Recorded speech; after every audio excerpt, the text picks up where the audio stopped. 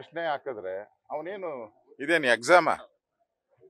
SLC exam ಅಲ್ಲೂ 60 ಪ್ರಶ್ನೆ ಇರಲ್ಲ. ನಾನು SLC ಎಕ್ಸಾಮ್ ನೋಡ್ ಬಂದಿದ್ದೀನಿ.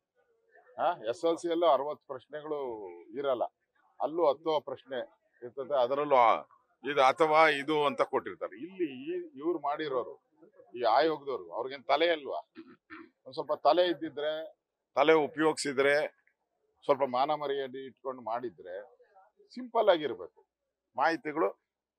ಎಲ್ಲರೂ IAS ಆಫೀಸರ್ಸ್, IPS ಆಫೀಸರ್ಗೆ ಈ ಕ್ವಶನ್ ಹಾಕೊಳ್ಳಿ ಬೇಕಾದ್ರೆ 60 ಅಲ್ಲ 120 ಹಾಕೊಳ್ಳಿ. ಹಳ್ಳಿಯಲ್ಲಿರೋ ಕೂಲಿ ಮಾಡೋನಿಗೆ ನೀನು 60 ಪ್ರಶ್ನೆ ಹಾಕಿದ್ರೆ ಅವನೇನ್ ಕೇಳ್ತಾನೆ?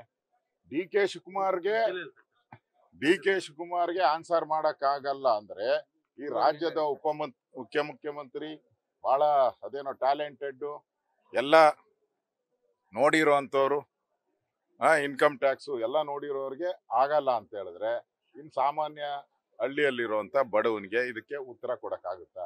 ಈ ಪ್ರಶ್ನೆಯನ್ನ ಸಿದ್ದರಾಮಯ್ಯನವ್ರಿಗೆ ನಾನು ಕೇಳ್ತಾ ಇದ್ದೀನಿ. ಅವಶ್ಯಕತೆನೇ ಇಲ್ಲ. ಇದೊಂದು ಸಾಮಾಜಿಕ ಸಮೀಕ್ಷೆ ಅಂತ ಅವ್ರು ಹೇಳ್ತಾರೆ. ಇದರಲ್ಲಿ ನೀವು ಜಾತಿಗಳು 50 ಜಾತಿಗಳು ಹಾಕಿದೀರಾ, ಏನಕ್ಕೆ ಅವಶ್ಯಕತೆ ಇತ್ತು? ಅದರಿಂದ ನಿಮ್ಗೇನ್ ಬರುತ್ತೆ? ಇದರಲ್ಲಿ ಪ್ರತಿಯೊಂದು ಕಾಲಂಗಳನ್ನು ಕೂಡ ನಾನು ನೋಡಿದೆ, ನನ್ನ ಕೈಲೂ ಉತ್ತರ ಹೇಳಕ್ಕಾಗಿಲ್ಲ. ಇವತ್ತು DK ಶಿವಕುಮಾರ್ ಅವರು ಸರ್ಕಾರದ ಮಾನ ಮರ್ಯಾದೆ ಎಲ್ಲ ತೆಗೆದಾಕಿದ್ದಾರೆ. ಯಾಕಂದ್ರೆ ಅವರು ಸರ್ಕಾರದ ಭಾಗ. ಅವರೇ ಮಾಡಿದ್ದು ಕ್ವಶನ್ ಅಲ್ಲಿ ಅವ್ರ ಕೈಲಿ ಆನ್ಸರ್ ಮಾಡಕ್ಕಾಗಲ್ಲ ಅಂದ್ರೆ ಈ ಸರ್ಕಾರ ಎಷ್ಟು ಗಬ್ಬೆದ್ದೋಗಿದೆ, ಈ ಸರ್ಕಾರ ಎಷ್ಟು ವರ್ಸ್ಟ್ ಅನ್ನೋದನ್ನ ಇದರಿಂದ ಸ್ಪಷ್ಟ ಆಗ್ತದೆ. ಹಿಂದುಳಿದ ವರ್ಗದವರಿಗೆ ಮೀಸಲಾತಿ ಸಿಗತ್ತೆ ಇದು ಸಮೀಕ್ಷೆಯನ್ನ, ಅದು ಬಿಜೆಪಿ ಅವರಿಗೆ ಇಷ್ಟ ಇಲ್ಲ, ನೋಡಿ ಇಷ್ಟ ಇಲ್ಲ ಅಂತ ಈ ಸಮೀಕ್ಷೆ ಅವ್ರ ಬುದ್ಧಿ ಇಲ್ಲ. ಫಸ್ಟ್ ಅವ್ರ ಬುದ್ಧಿ ಇದೆಯಾ? ಈ ಸಮೀಕ್ಷೆ ಜಾತಿ ಸಮೀಕ್ಷೆ ಅಲ್ಲ, ಆರ್ಥಿಕ ಸಾಮಾಜಿಕ ಸಮೀಕ್ಷೆ. ಇದ್ರಂಗೆ ಹೆಂಗ್ ಮೀಸಲಾತಿ ಕೊಟ್ಬಿಡ್ತಾರೆ? ಸ್ಥಿತಿಗತಿ ತಿಳ್ಕೊಂಡು ಅಲ್ಲ, ಹೆಂಗ್ ಕೊಡ್ತಾರೆ? ಮೀಸಲಾತಿ ಹೆಂಗ್ ಕೊಡಕ್ ಬರ್ತದೆ? ಮೀಸಲಾತಿ ಕೊಡಕ್ ಬರಲ್ಲ. ಜನರ ಆರ್ಥಿಕ ಮೀಸಲಾತಿ ಕೊಡುವಂತದ್ಕೆ ಕೋರ್ಟ್ ಆದೇಶ ಇದೆ.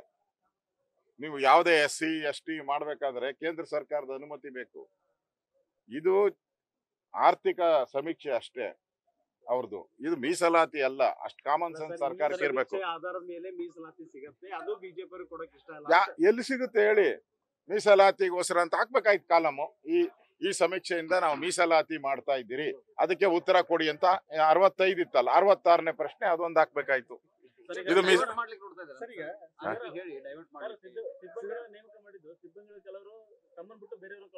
ಕೆಲವರಂತೂ ನಾನು ಅಥೆಂಟಿಕ್ ಆಗಿ ನಿಮ್ಗೆ ಮುಂದೆ ಇನ್ನೊಂದು 2 ದಿನದಲ್ಲಿ ನಾನು ಫೋನ್ ನಂಬರು, ಅವ್ರ ಮನೆ ನಂಬರ್ ಎಲ್ಲ ಕೊಡ್ತೀನಿ. ಅಲ್ಲಿ ಹೋಗೇ ಇಲ್ಲ.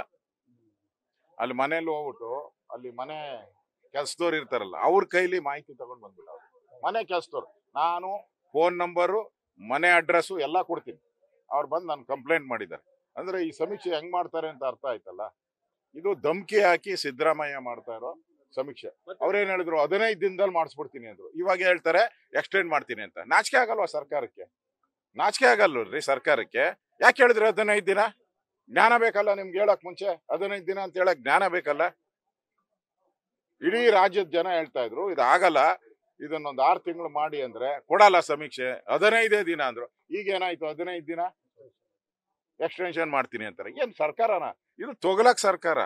ತೊಗಲಕ್ಕೂ ಹಿಂಗ್ ಮಾಡಿಲ್ಲ. ಅಷ್ಟು ನ್ಯೂಸ್ ಫಸ್ಟ್ ನಿರ್ಭೀತಿಯಿಂದ ನಿಮ್ಮ ಪರವಾಗಿ.